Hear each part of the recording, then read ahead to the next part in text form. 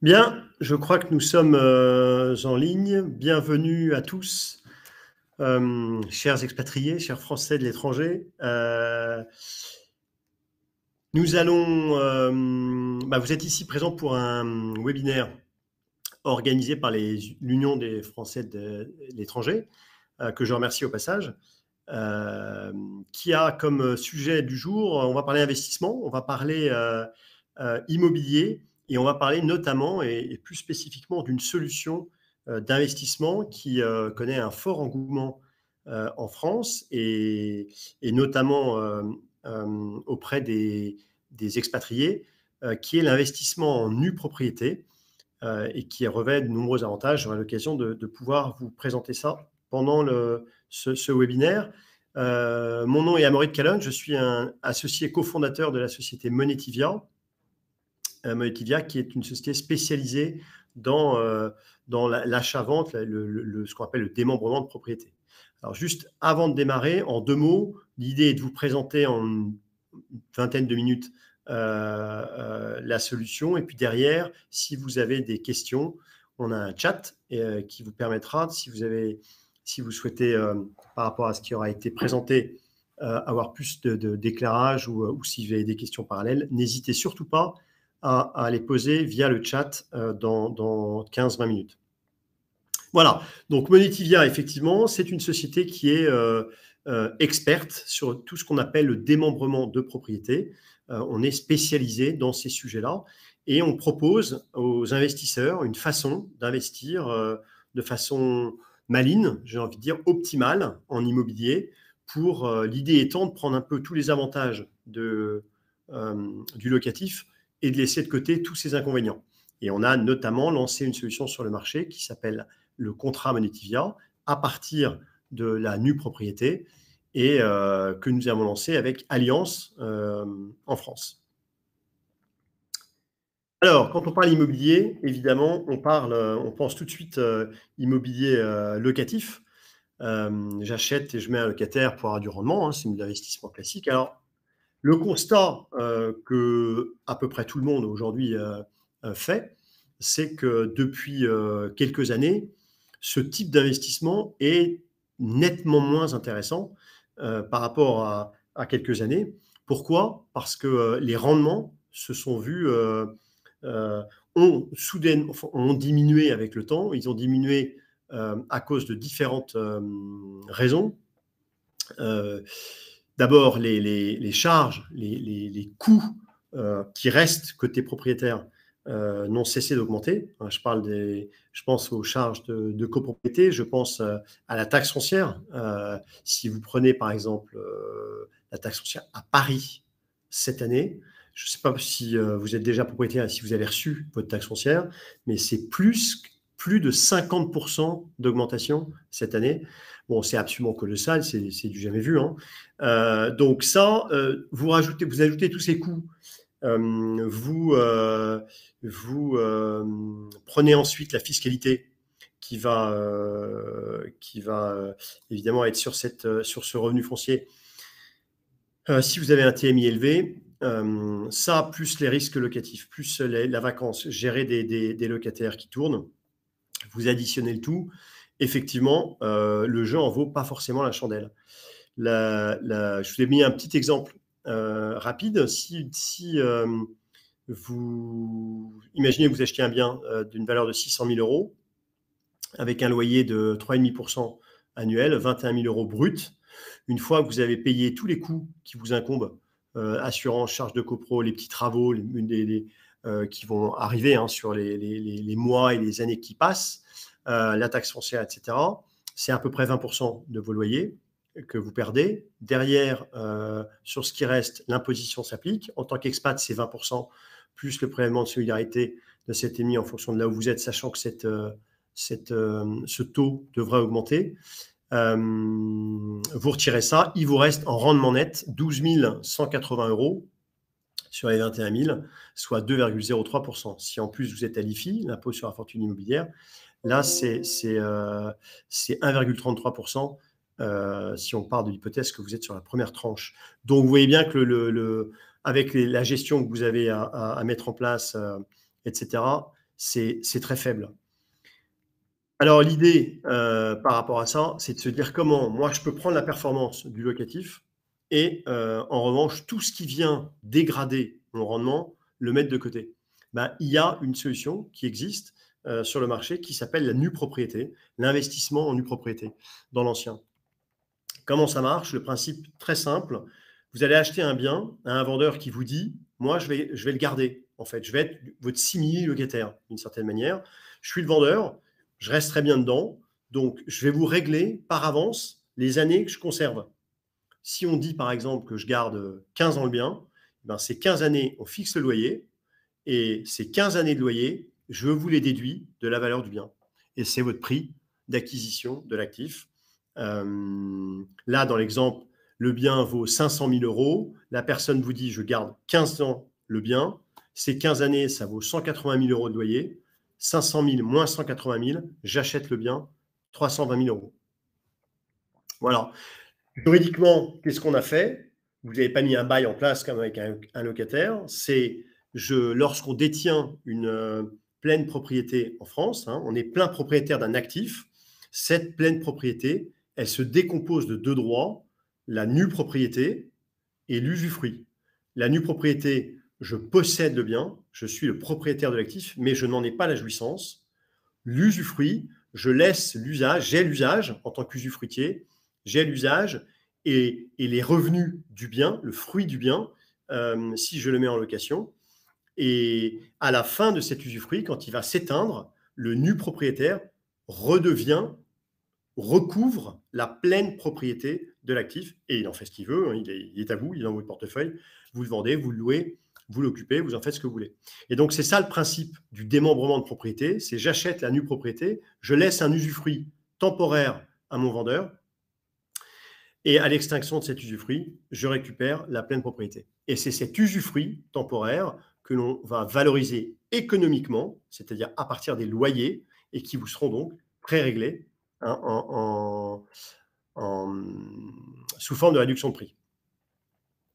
Comment donc on va valoriser cet usufruit? Comme je vous le disais, on part du loyer, hein, on fixe le loyer du bien, on va l'indexer, c'est-à-dire qu'on fait augmenter ce loyer pendant la durée du usufruit, parce que l'idée c'est que vous preniez l'inflation, hein, que la hausse de l'immobilier vous profite. Donc la hausse pardon, des loyers, hein, du revenu locatif. Donc on indexe les loyers.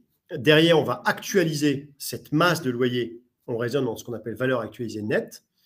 Et on retire tout de suite le ratio de charges qui incombe traditionnellement aux propriétaires, ce qui fait que pendant toute la durée de cet usufruit, vous n'aurez rien à payer. Résultat, cette masse de loyer actualisée, qui est déduite de la valeur du bien, qui fait votre prix d'acquisition, revient à ce que l'acheteur, vous, en tant qu'investisseur, vous ayez été pré-réglé de tous les loyers sous forme de réduction de prix, immédiatement. Deux cas de figure, lorsqu'on fait ça avec un senior, hein, puisque le vendeur est souvent senior, c'est souvent un retraité qui fait ça. Il y a deux cas de figure qui peuvent se produire. Premier cas de figure, la vie fait que cette personne décède. On était parti sur 15 ans qui vous ont été prépayés sous forme de réduction de prix. Patatras, la personne décède au bout de 10 ans. Vous allez donc récupérer le bien 5 ans plus tôt, hein, au bout de 10 ans, non pas au bout de 15. L'usufruit juridiquement s'éteint. Vous êtes devenu plein propriétaire et vous récupérez le bien au bout de 10 ans. Seulement, le vendeur, il vous avait pré-réglé 15 ans et il n'a consommé que 10 ans dans le bien. Donc, vous allez restituer à ses ayants droit la valeur résiduelle de cet usufruit, de ces loyers qui vous ont été prépayés, mais vous ne restituez pas tout. L'idée est de dire, j'encaisse tous les loyers par avance, sous forme de réduction de prix. Si j'en rends, je rends, mais je ne rends pas tout. Je garde un tiers de la valeur de ces loyers, à minima. Et donc, c'est un gain supplémentaire pour l'investisseur si jamais il doit récupérer le bien plus tôt. Deuxième cas de figure plus rare, mais qui peut aussi arriver, sur lequel vous êtes également couvert. Au bout de 15 ans, le vendeur souhaite prolonger son bail dans le bien. Il a donc souscrit une assurance à votre profit, au bénéfice de l'acheteur, en T0, hein, au moment où vous avez acheté la nue propriété, chez le notaire. Il a souscrit une assurance qui va s'enclencher automatiquement à date, au bout des 15 années, à l'échéance des 15 années, et qui va vous verser une indemnité mensuelle tant que le bien est occupé. Hein, si ça dure 6 mois, si ça dure 5 ans, vous percevez cette indemnité qui est calculée de telle sorte qu'elle protège le TRI de l'opération. Quand je dis TRI, c'est la rentabilité de l'opération. Donc, vous êtes totalement couvert pendant tout le temps du démembrement. Donc, si on se résume, le principe de l'investissement en nue propriété, c'est j'achète la nue propriété, je laisse un usufruit temporaire et je suis couvert par une assurance au-delà de ce temps que j'ai laissé. Si ça se finit plus tôt, ma rentabilité augmente parce que j'ai un abattement, j'ai une décote sur la valeur résiduelle que je dois restituer. Si ça se finit un peu plus tard que prévu, je perçois alors un revenu mensuel versé par Allianz, l'assureur, qui protège la rentabilité de l'opération. Alors, quand on investit comme ça, quels sont les avantages? Vous l'avez bien compris, comme je l'ai dit en préambule, l'idée est véritablement de prendre l'intérêt du locatif, la performance du locatif, et de laisser de côté toutes les affres, tout ce qui est très ennuyeux quand on fait de la location. Pour reprendre l'exemple de tout à l'heure, vous avez un bien qui a une valeur d'1 million d'euros. Vous investissez, vous achetez la nue propriété du bien avec un usufruit temporaire que vous laissez à votre vendeur de 15 ans. Valeur de ces 15 années, 350 000 euros, qui correspond aux loyers qui vous sont prépayés. 1 million moins 350 000, j'achète le bien 650 000. Premier avantage évident, j'ai été payé de 100% des loyers, donc j'ai plus de risque locatif. J'ai pas de vacances locatives. J'ai touché à l'avance, au lieu de les toucher pendant 15 ans tous les mois, là, on m'a donné tous les loyers d'un coup. Et donc, j'ai supprimé tous les risques liés au locatif. Et je les ai touchés net d'impôts. Hein. Je ne passe pas par la case trésor public où sur ce montant-là, je paye l'impôt sur le revenu foncier puisque je les ai touchés sous forme de décote. Donc, j'ai pris 100% des loyers net. Autre avantage, quand je vais revendre le bien, j'ai acheté 650 000 euros un bien qui vaut 1 million d'euros. Lorsque je récupère le bien, si je revends le bien, le calcul de la plus-value, c'est-à-dire la fiscalité qui s'appliquera sur la plus-value, commencera à 1 million d'euros et non pas à 650 000. Ma décote est totalement défiscalisée. Elle est dans ma poche, nette d'impôts. La fiscalité s'appliquera au-dessus d'1 million d'euros, le fisc considérant que vous revendez la pleine propriété du bien, donc il prend la valeur de la pleine propriété lorsque vous avez acquis le bien. Autre avantage encore par rapport à faire du locatif, taxe foncière est réglée par les usufruitiers, ainsi que toutes les charges de copropriété, d'aménagement, de fonctionnement, etc., de la copro. Le nu propriétaire ne conserve à sa charge que l'article 606, ce qui intéresse l'immeuble dans sa structure et sa solidité générale. Dit autrement, c'est le clos et couvert, hein, c'est vraiment la structure, le bâti et la toiture. Tout ce qui est à l'intérieur, c'est pour l'usufruitier, y compris un ravalement de façade, par exemple, parce que c'est du nettoyage. Là, on ne touche pas la structure, c'est du nettoyage. Ça reste côté usufruitier. Autre avantage, les frais de notaire. Les frais de notaire à 7,5%, ce qu'on appelle communément les droits de mutation, eh bien, ils ne sont pas calculés sur 1 million, sur la valeur de la pleine propriété. Ils vont être calculés sur la valeur de la nue propriété fiscale. Hein, il y a un barème qui est assez proche de la valeur économique qu'on calcule. Donc, vous allez gagner là 7 à 7,5% de la décote.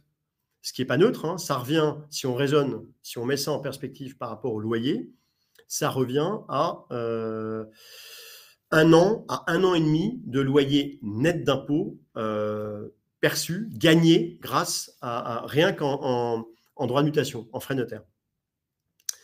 Et puis évidemment, dernier point, quand on est loin, c'est d'autant plus vrai quand on est loin, quand on est expatrié, vous n'avez aucun souci de gestion. Hein, vous n'avez pas un locataire à gérer ou des locataires à gérer parce qu'il tournerait. là, et vous n'avez pas à prendre une société pour gérer vos locataires que vous payez et qui dégrade le rendement de l'opération.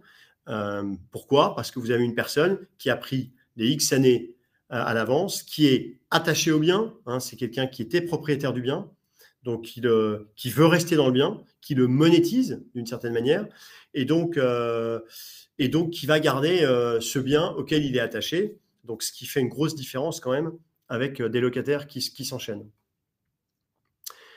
Voilà, donc le principe de la nue propriété dans l'ancien, c'est ce qui est assez génial dans ce type d'investissement, c'est son couple rendement-risque. C'est-à-dire vous avez un risque minimum parce que vous avez acheté un actif tangible avec une forte décote. Hein, et donc, du point de vue financier, votre risque est vraiment faible. En général, quand vous avez un risque faible, vous avez peu de performance. Ben là, c'est la performance du locatif que vous allez aller capter. Donc, ce couple rendement-risque est optimal. C'est de la performance à moindre risque. Et en plus, vous bénéficiez, pour booster cette performance, de l'effet de levier, hein, puisque la hausse immobilière, elle va s'appliquer sur la valeur de la pleine propriété. Si le marché, votre bien vaut 100, vous l'avez acheté 50, si le bien prend, disons, 10%, eh bien, vous avez gagné 10 de 50, donc vous avez gagné 20%. C'est ça l'effet booster, l'effet de levier en achetant avec des cotes un actif, en nue propriété. Ce qu'il faut retenir, actif tangible, j'achète de la pierre avec des cotes, c'est mes loyers garantis, c'est mon filet de sécurité d'une certaine manière, quasiment un produit à capital garanti, hein, puisqu'avant de toucher au capital que j'ai investi, ben, il faudrait que la valeur immobilière ait perdu l'équivalent de la décote. Donc 30, 40, 50%. Donc je vous laisse imaginer si l'immobilier perdait ça avant même que vous commenciez à être impacté, quel est l'état du marché par ailleurs. Et puis vous percevez 100% de la performance. Là, vous n'avez pas placé de l'argent sur lequel on va vous prendre des frais de gestion, sur lesquels on va vous prendre des frais pour je ne sais quelle raison, ou d'administration ou quoi que ce soit. Non, là, vous avez acheté un bien, toute la performance des loyers, vous la percevez tout de suite. Et puis, vous percevez derrière toute la hausse immobilière et qui est en plus boostée grâce à l'effet de levier. Ce qu'il faut aussi retenir, c'est que c'est évidemment un investissement de long terme. On n'investit pas en nue propriété en se disant je récupère le bien, enfin je souhaiterais récupérer le bien dans 2, 3 ou 4 ans. Non, c'est clairement des durées plus longues. Hein, c'est des durées entre 10 et 25 ans pour ceux qui veulent le maximum de décote. Donc, c'est clairement un investissement de constitution de patrimoine. On va y revenir. Je vous ai mis un petit cas pratique pour que vous puissiez un peu matérialiser et formaliser ce que je vous ai présenté là. Donc, des biens, c'est tout type de biens. Hein. Ça peut être des appartements, des maisons, ce type d'actifs. Là, je vous ai pris un exemple d'un actif dans le 16e arrondissement de 135 mètres carrés qui a été estimé 1 600 000 € en étage élevé avec vue.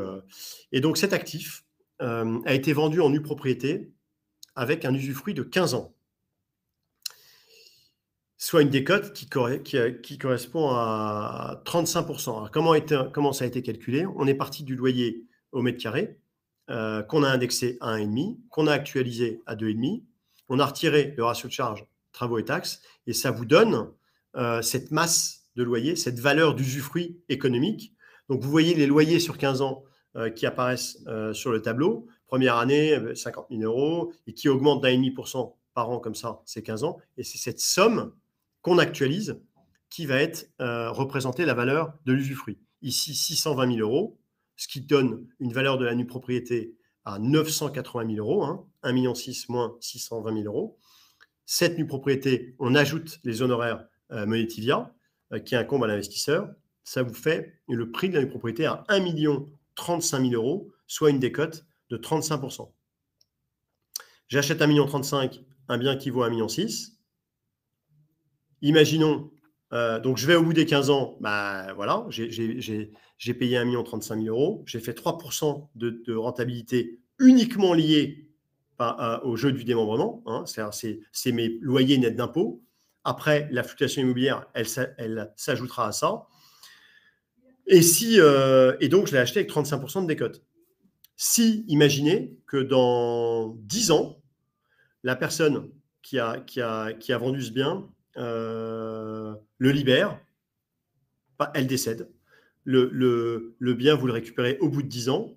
La valeur de l'usufruit résiduel est de 250 000 €, c'est-à-dire les 5 années qui restent valent 250 000 €. Vous devriez restituer ce montant-là, puisque vous avez récupéré le bien 5 ans plus tôt. On applique un abattement, comme je vous le disais, de minimum un tiers, donc c'est 34% là, sur ce montant-là. Vous allez donc avoir un complément à verser de 165 000 € au lieu de 250 000. Donc le fait que ça se soit arrêté 5 ans plus tôt, en plus de la décote des 10 premières années dont vous avez bénéficié, vous allez gagner en plus 85 000 € du fait de compléter, de restituer ces 5 années moins ces 85 000 € que vous gagnez. Ce qui vous fait un prix total 1,35 million plus 165 000 de 1,2 million pour un bien qui vaut 1,6 million. Votre TRI est 3,30% et vous avez eu une décote de 27%. Là, je raisonne bien, encore une fois, hors évolution immobilière, hors fluctuation immobilière.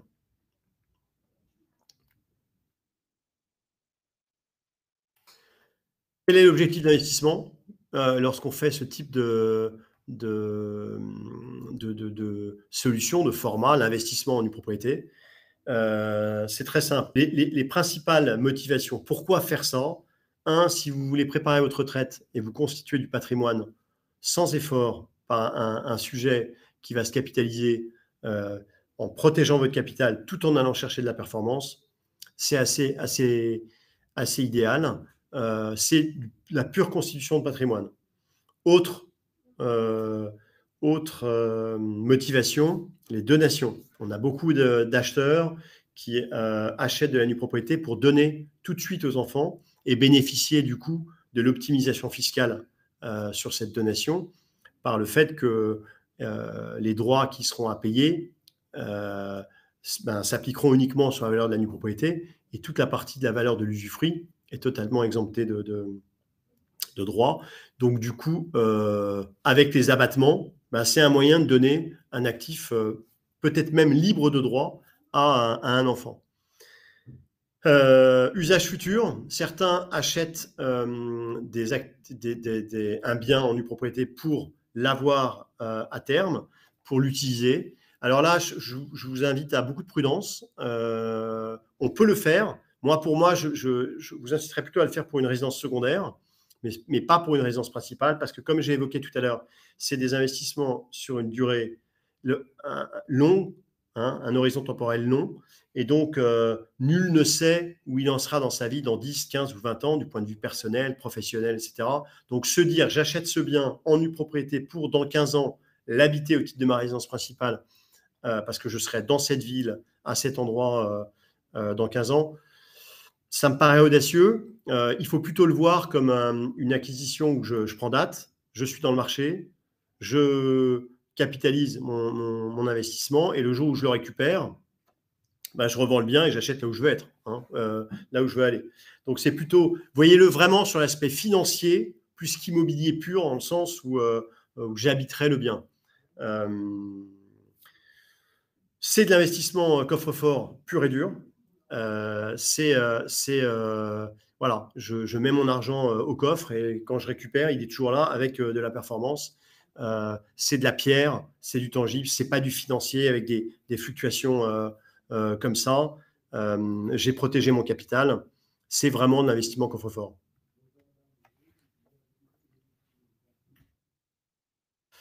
Donc, quand on investit en nue propriété, on peut le faire sous différents formats. Nous, on vous propose tout type de format en tant que leader sur ce marché-là.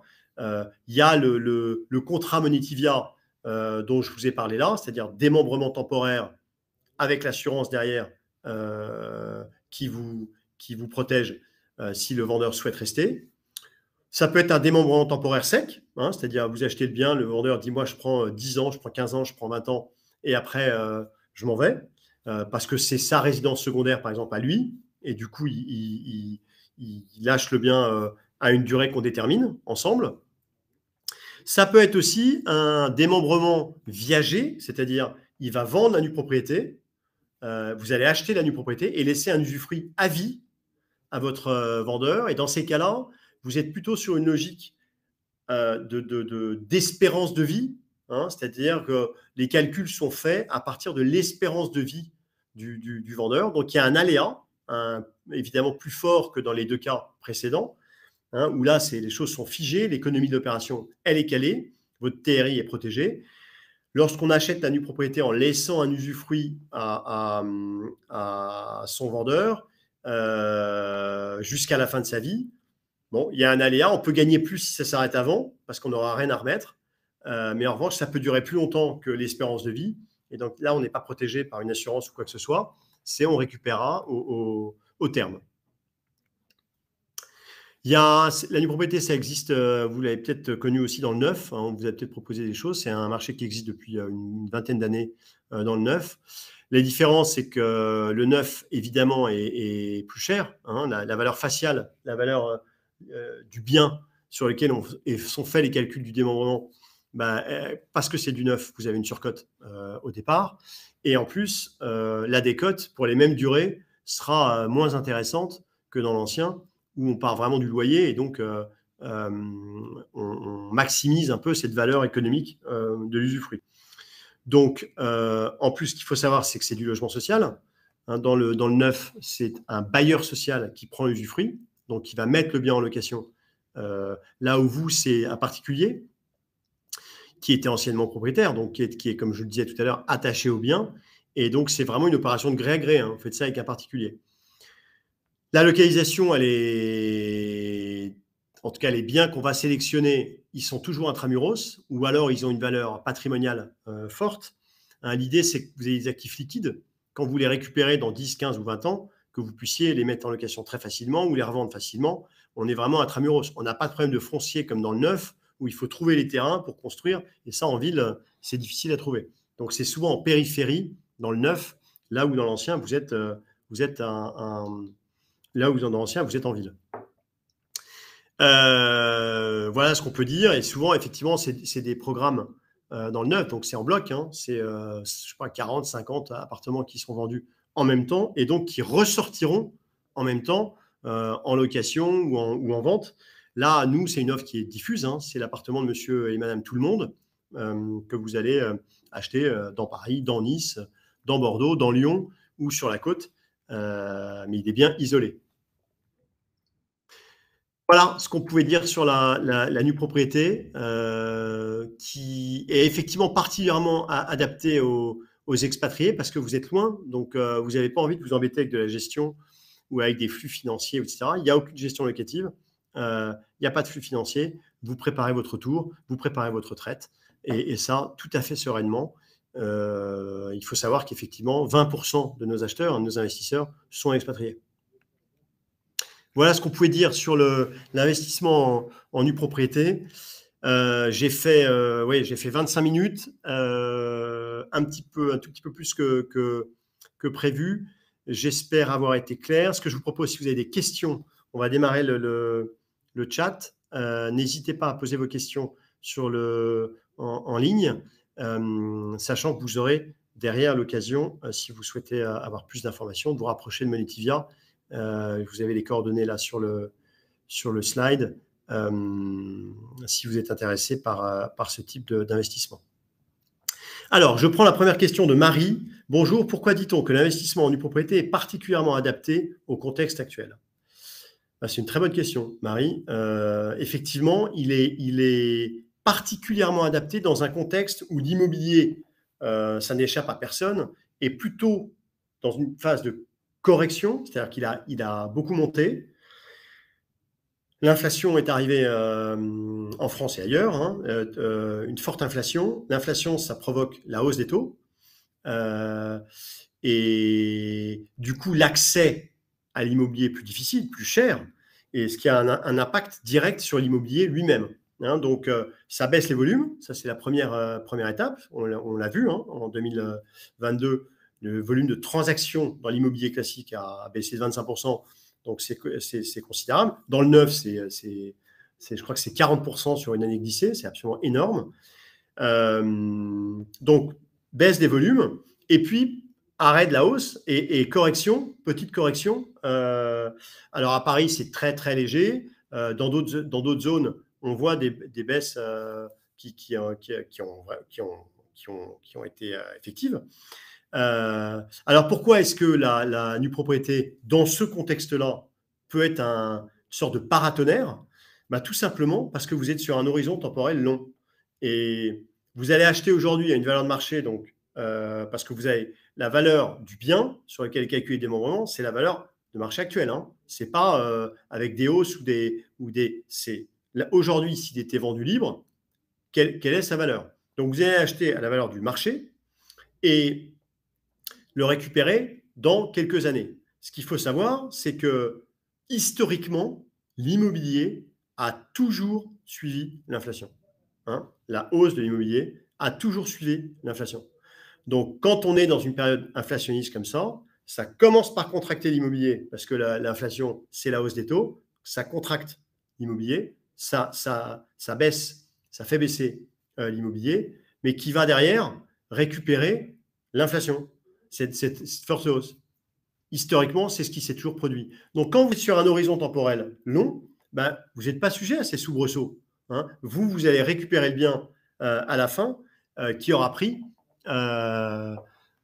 espérons-le, la hausse immobilière. Donc, c'est pour ça que acheter aujourd'hui un actif immobilier dans un contexte plutôt baissier avec des cotes, je prends tout de suite mon gain grâce à cette forte décote et je récupérerai mon bien normalement là où il aurait dû reprendre son cycle haussier parce qu'il devrait récupérer l'inflation. Question de Raphaël. Peut-on forcer l'usufruitier à rendre l'appartement à la fin de la période? Non, vous ne pouvez pas le forcer à le rendre à la fin de la période pour une raison simple, c'est que si vous avez acheté son bien à lui, vous savez quand vous l'avez acheté qu'il a gardé cette possibilité en vous assurant, hein, puisqu'il s'est assuré, il a pris de l'assurance et c'est le contrat Monetivia. Et vous êtes assuré au terme de l'usufruit de percevoir un revenu, soit par l'assurance qui vous verse cette indemnité, soit par le loyer, parce que vous avez récupéré le bien, et si vous voulez le mettre en location. Donc, il n'y a pas de surprise, c'est au moment où vous avez choisi ce format-là au départ, vous savez que le vendeur a gardé cette possibilité, sachant que je vous précise une chose, c'est que le terme de l'usufruit dans ce cas-là amènera toujours le vendeur à minima à 93 ans. C'est-à-dire que vous êtes assuré que dans le cadre du contrat Monetivia, le vendeur qui vous a vendu la nue propriété, quand il arrivera au terme de son usufruit, si c'est 15 ans, si c'est 10 ans, si c'est 20 ans, il aura à minima 93 ans. Donc, lorsque la question se posera de rester dans le bien ou de le quitter, ce qu'il faut savoir, c'est que ce vendeur, si il quitte le bien, c'est lui qui récupère l'assurance, hein, qui récupère cette indemnité, qui lui est versée tous les mois jusqu'à la fin de ses jours. Donc, et qui lui paye, et qui lui paiera sa maison de retraite ou son EHPAD. Donc, c'est pour ça que lui, il souscrit cette assurance lorsqu'il vend la nue propriété. C'est qu'il sait que pour ses vieux jours, il a une forme de prévoyance, hein, il a ce revenu pour sa fin de vie qui financera sa maison de retraite ou je ne sais quoi d'ailleurs. Il n'est pas obligé d'aller en maison de retraite. Quel type de biens proposez-vous? Question de Marie. Peut-on les visiter? La réponse est, peut-on les visiter? Évidemment, tous nos biens sont visitables puisqu'ils existent. Hein. C'est des biens qui sont aujourd'hui occupés par le vendeur. Et quel type de biens on propose? Alors, c'est ce que j'ai un peu évoqué tout à l'heure. On sélectionne des biens, on a beaucoup de demandes de vendeurs, et nous, on va sélectionner des biens pour les investisseurs qui sont des biens qui font du sens pour de l'investissement et pour de l'investissement de long terme. à savoir que ils ont soit une valeur locative, enfin une valeur locative, oui, donc actif liquide forte. Hein, ça veut dire ils sont intramuros, c'est des biens qui se louent très facilement.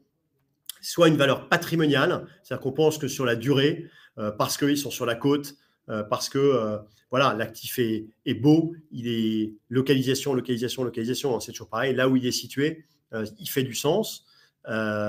Et donc, ça milite pour qu'on puisse effectivement acheter ce type d'actifs et investir sur ce type d'actifs. Donc, on propose, ce sont les deux critères de sélection de biens. Après, ça peut être des appartements, ça peut être des maisons, ça peut être des immeubles, ça peut être pour tous les budgets. Hein, ça veut dire qu'on commence la nue propriété, je pense la plus faible doit être à 150, 180 000 euros au plus bas, et ça peut aller à plusieurs millions d'euros au plus haut. On a fait des opérations, très, très, à des montants très, très élevés. Ça dépend des actifs, hein. C'est toujours pareil qui sont achetés. Donc, il y en a pour tous les budgets. Question de Bertrand. Nue propriété dans l'ancien, quelle est l'ancienneté minimum d'un bien immobilier qu'on peut acquérir en nue propriété?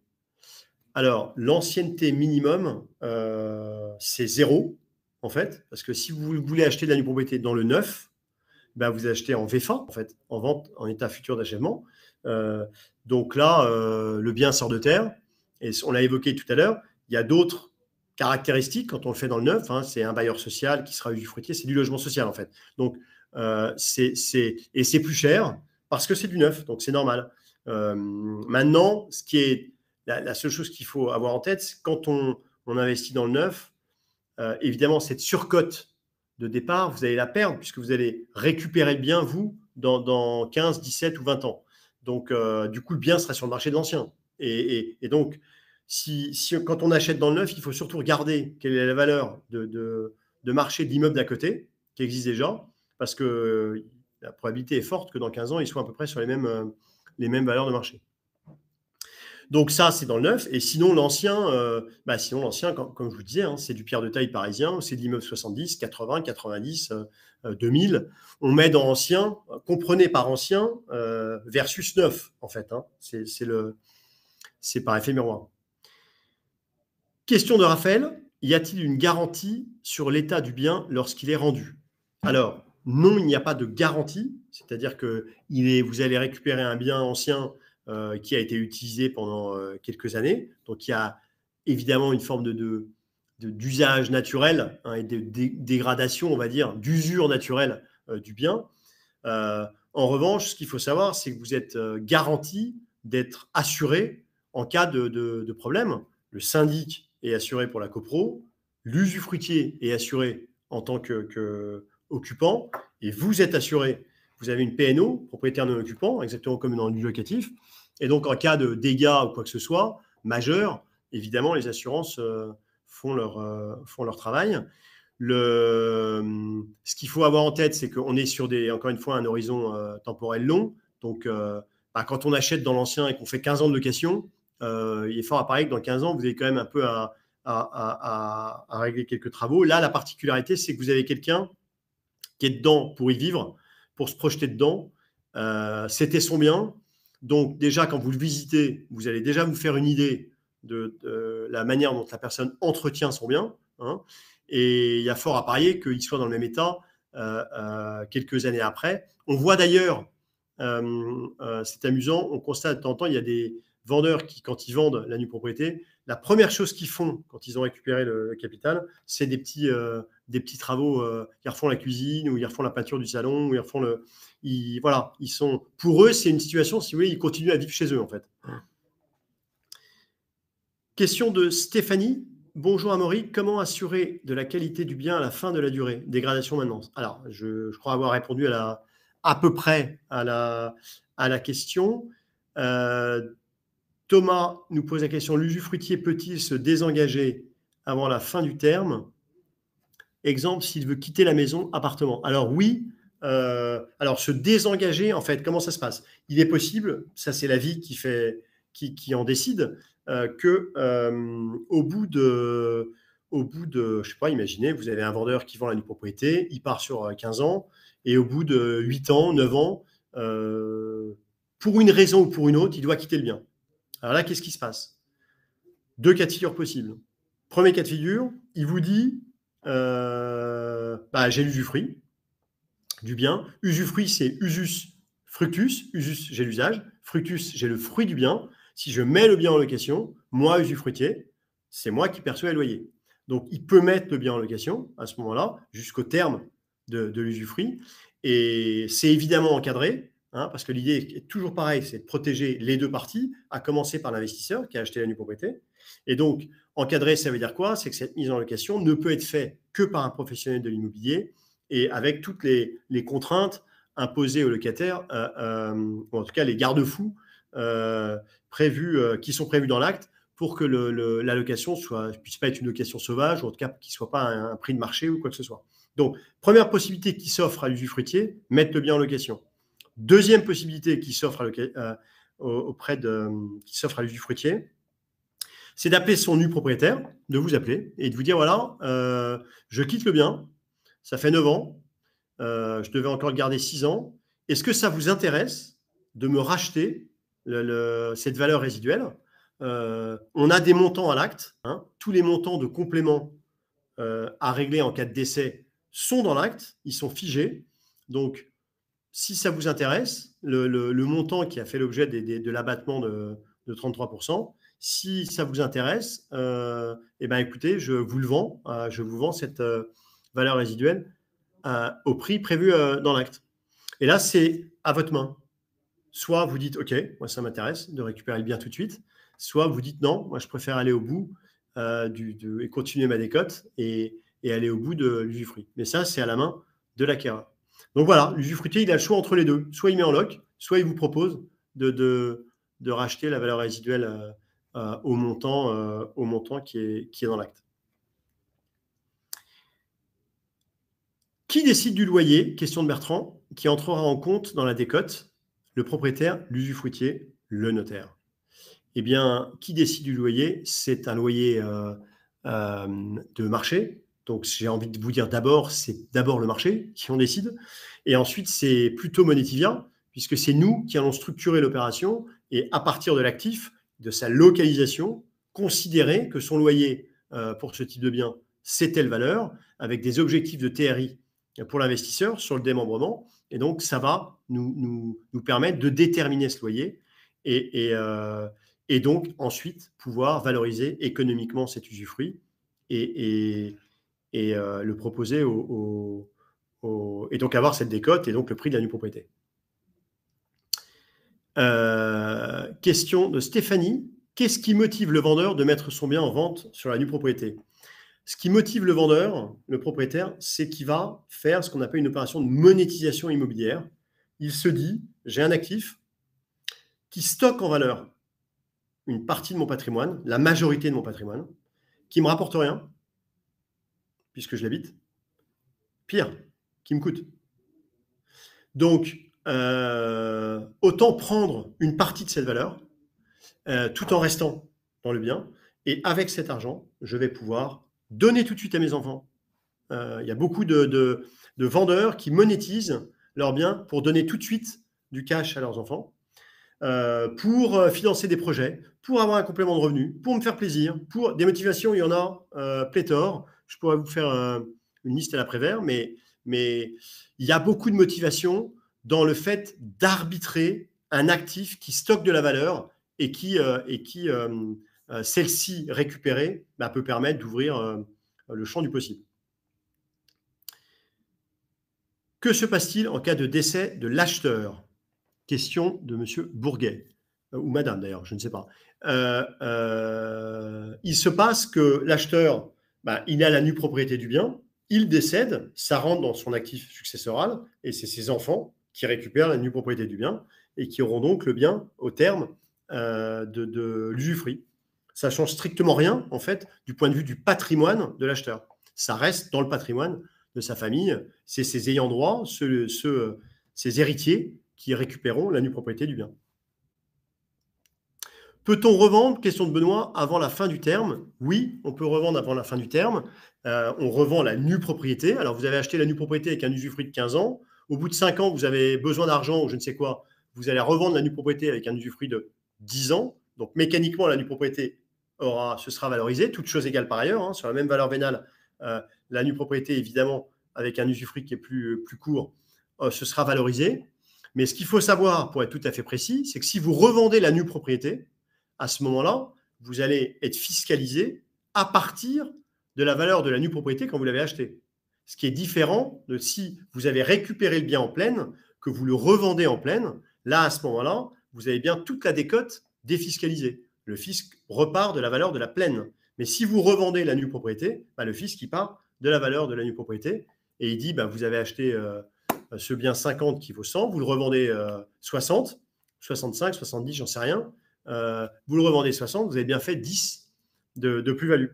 Alors que si vous aviez attendu de le récupérer, là, ils vont partir de 100, vous le revendez 100, les 50, c'est dans votre poche, net d'impôt. Question de Kamel. Qu'est-ce qui se passe en cas de destruction du bien suite à un incendie, par exemple, durant la nue propriété? Eh bien, s'il y a un incendie, vous êtes assuré, et donc vous récupérez la valeur de l'actif de l'assurance, et la remise ou alors la remise en état est prise en charge par les assurances. Donc, dit en gros, les gros dégâts, évidemment, que vous êtes font l'objet sont couverts par l'assurance. Voilà, je vois qu'il est 48. Nous arrivons à la fin. Merci à vous d'avoir participé à ce webinaire. J'étais ravi de partager avec vous, moi, ayant été moi-même ancien expatrié et ayant investi en tant qu'expatrié dans ce type de solution. Pour votre information, vous allez recevoir en replay ce webinaire et envoyé par l'UFE dans les 48 heures, je crois. Et puis, pour toute autre question, n'hésitez surtout pas à aller sur le site de Motivia, à nous appeler si vous êtes intéressé d'aller plus avant. Merci beaucoup à vous de votre participation et à très bientôt.